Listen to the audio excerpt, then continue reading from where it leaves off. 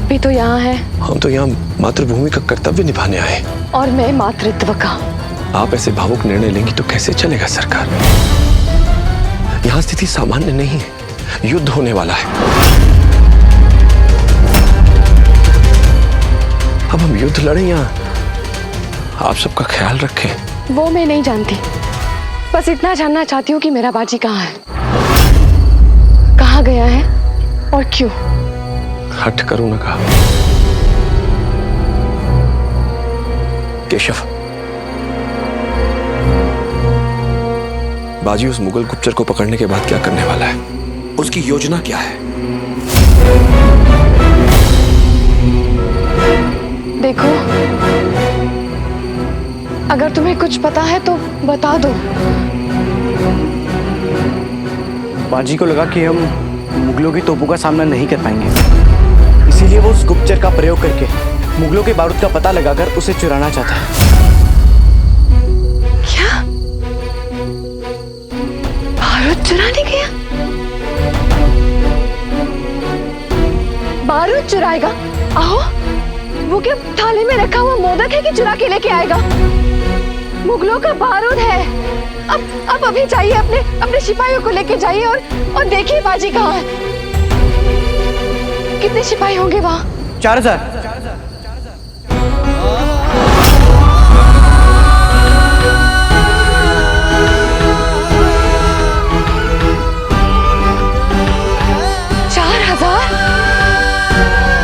मेरा बेटा अकेला 4000 सैनिकों की छावनी में गया है। अब जाइए, लेके आइए उसे। अगर वो पकड़ा गया तो? घाबरो ना सरकार, बाजी के मुगल छावनी से पहले ही हम उसे सुरक्षित वापस ले आएंगे।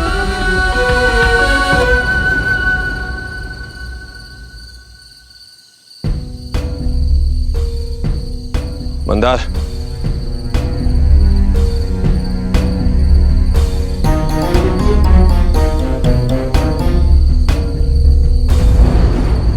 बालाजी, आओ।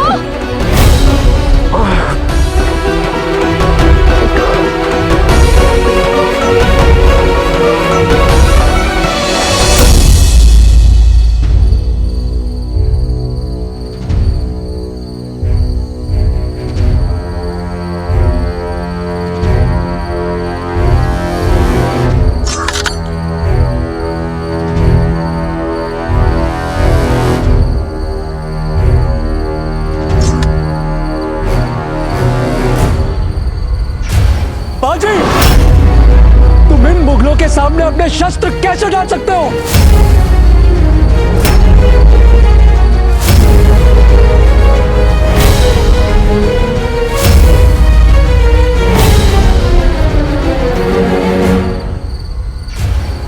हमारे पास और कोई रास्ता भी तो नहीं है मल्हार।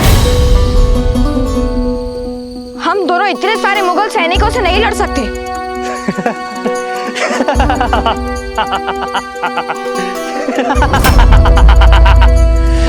देर से ही सही, तुमने मान तो लिया कि मुगलों के सामने तुम लोग जीत नहीं सकते।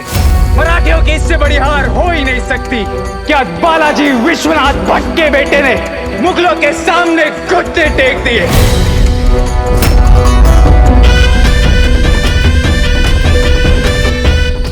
मैं जानता हूँ तुम्हारे सेनापति कमरुद्दीन खान और उनके बेटे नासिर को इस दुनिया में मेरे कटे हुए सर से अधिक और कुछ नहीं चाहिए। तुम में से जो कोई भी मेरा सर काटेगा उसे इनाम में धन मिलेगा, सम्मान मिलेगा। इसीलिए तुम में से हर कोई मेरा सर काटने को बेचैन होगा। पर मैं मरने से पहले अपनी अंतिम इच्छा पूरी करना चाहता हूँ।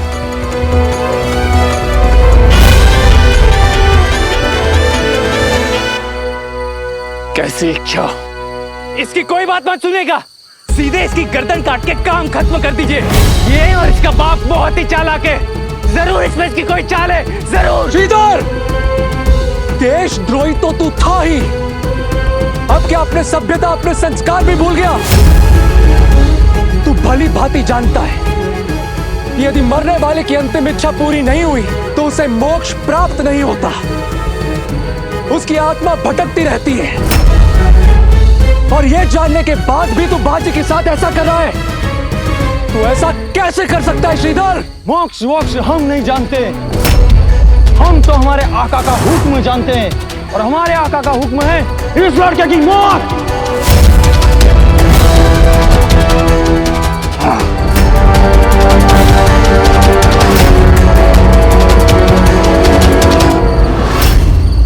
यदि तुमने मेरी अंतिम इच्छा पूरी नहीं की तो सर मेरा कटेगा, पर इज्जत तुम्हारी घटेगी।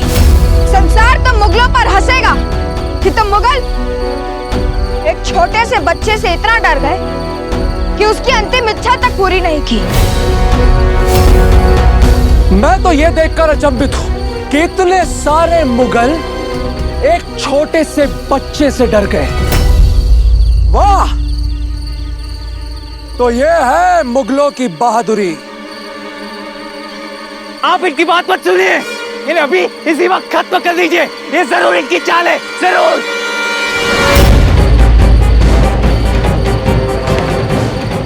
बोल लड़के, तेरी आखिरी ख्वाहिश क्या है?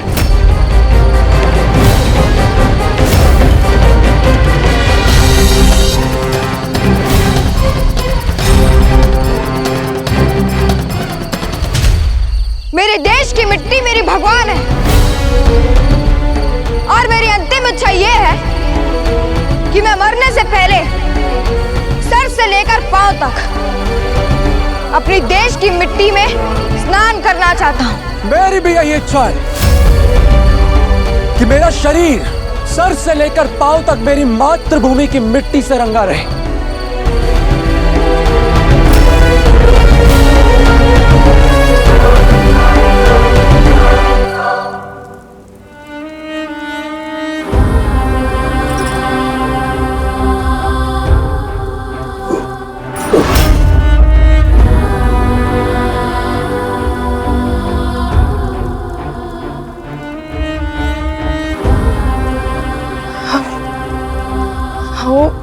ये तो करना पड़ेगा ना, वरना आपका ये घाव नासुर बन जाएगा।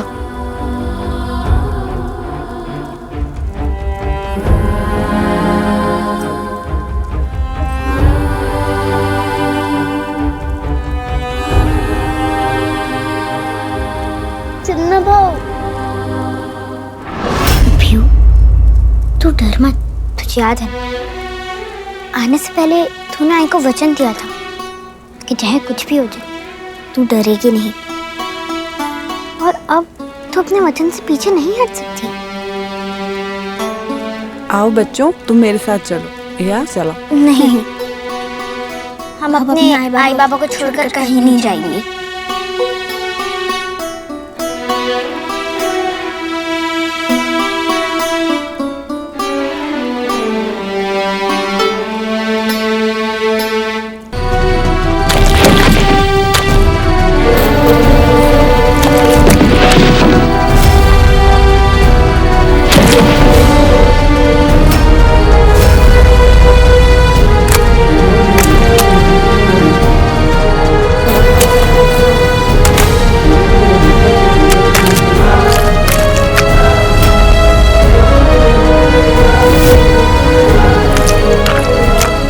कमबख्त मराठी मिट्टी के पीछे पागल है। मिट्टी के लाल, अब मिट्टी में मिलने के लिए तैयार हो जा।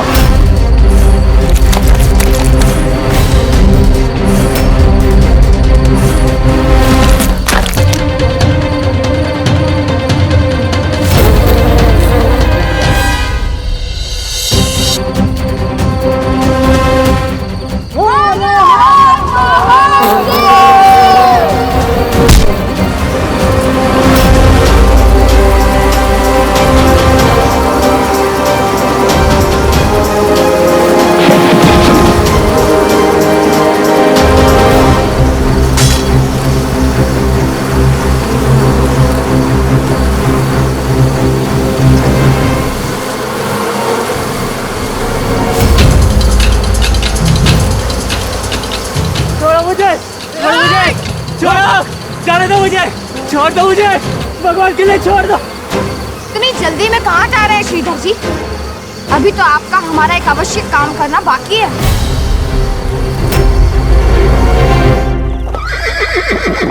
मल्हार, बस एक बार हम इन मुगलों का बारूद चुरा लें, फिर बिना तोपों के इनकी शक्ति ऐसे ही आधी हो जाएगी। काय? तुम मुगलों का बारूद चुराने आए हो? तुम्हें डर नहीं लगता? मेरे जीवन में डरने का समय नहीं है, इसीलिए मैं डरता नहीं, सिर्फ करता हूँ, समझ ला? और तुम्हारे जीवन में डरने का भी समय है और मरने का भी, इसीलिए बिना मुंह खोले चुपचाप चलो, चलो। और एक बात याद रखो, यदि तूने कोई भी गड़बड़ की तो बाजी ने भले ही आज तक किसी के प्राण न लिए हो, किंतु मुझे एक देशद्रोही को मारने में एक क्षण भी नहीं लगेगा। समझ लगा? ओ, साल।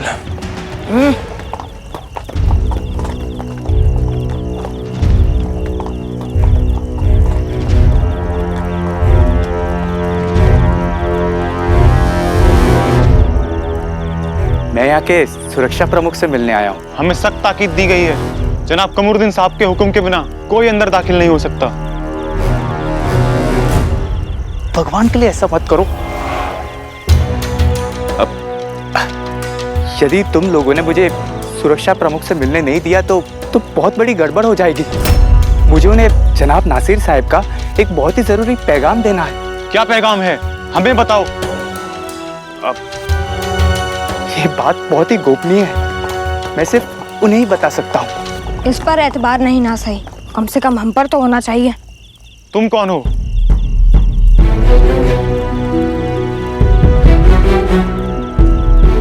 ये जनाब नासिर साहब के अजीज दोस्त हैं, इसलिए उन्होंने खुद इन्हें हमारे साथ भेजा है। और अब यदि तुमने इनसे कोई भी और सवाल पूछा तो तुम्हें नासिर साहब को जवाब देना पड़ेगा कि उनके हुक्म की तामील होने में इतना वक्त कैसे लग गया, समझे?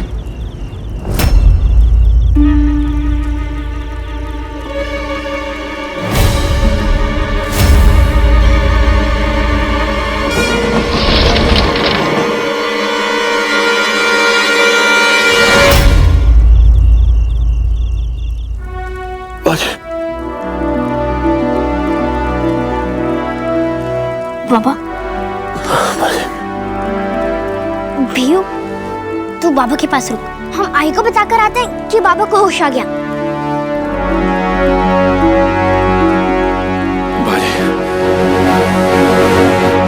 मैं कुछ सैनिकों को लेकर बाजी को लेने जाता हूँ। नहीं मंदार, जिस सेना का संख्या बल पहले ही इतना कम हो, वो युद्ध आरंभ होने से पहले अपने और सैनिकों को दांव पर नहीं लगा सकती। यदि ऐसा हुआ तो कल के युद्ध में हम एक पैर भी नहीं टिक पाएंगे, इसलिए बाजी को बचाने के लिए कोई सैनिक टुकड़ी नहीं जाएगी। मैं अकेले जाऊंगा। मैं खास से सहमत हूँ। पर खास बालाजी के दाहिने हाथ है और युद्ध के पहले सेनापति के दाहिने हाथ को संकट में डालना उचित नहीं है। कल त्रिशूल व्यू की रचना होनी है और त्रिशूल व्यू बालाजी के अलावा मात्र खास ही जानते हैं। हमें युद्ध में उनकी आवश्यकता पड़ेगी। बालाजी की शारीरिक स्थिति ठीक होती तो और बात थी, परंतु अभी तो वो कभी होश में आते हैं कभी नहीं। यदि नेतृत्व कमजोर पड़ा तो सारे गांव वाले तितर बितर हो जाएंगे। यदि खास नहीं जाएंगे तो मराठियों में से कौन सा महावीर है जो बाजी को बचाने जाएगा? मैं जाऊंगा। मैं जाऊंगा। मैं जाऊंगा। मैं जाऊंगा। मैं जाऊंगा। मैं जाऊंगी।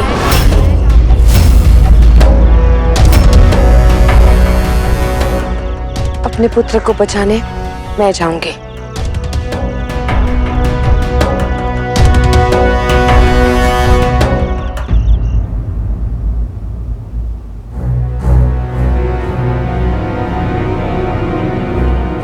बाजी, हम अंदर आ तो गए पर बारूद लेके यहाँ से निकलेंगे कैसे?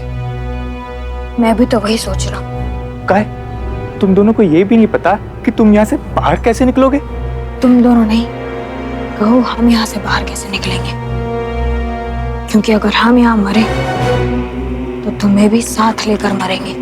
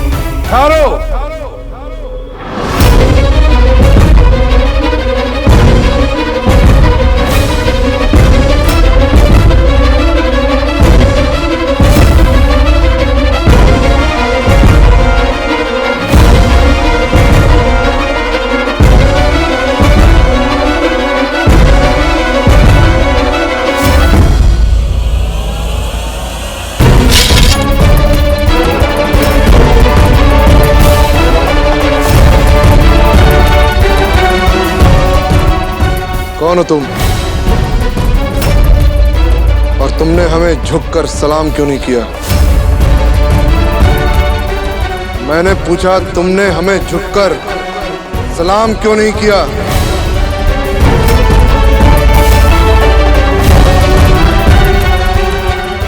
मराठी का सर कट सकता है, झुक नहीं सकता। कि बाजी खुद तो मरेगा ही, हमें भी मरवाएगा।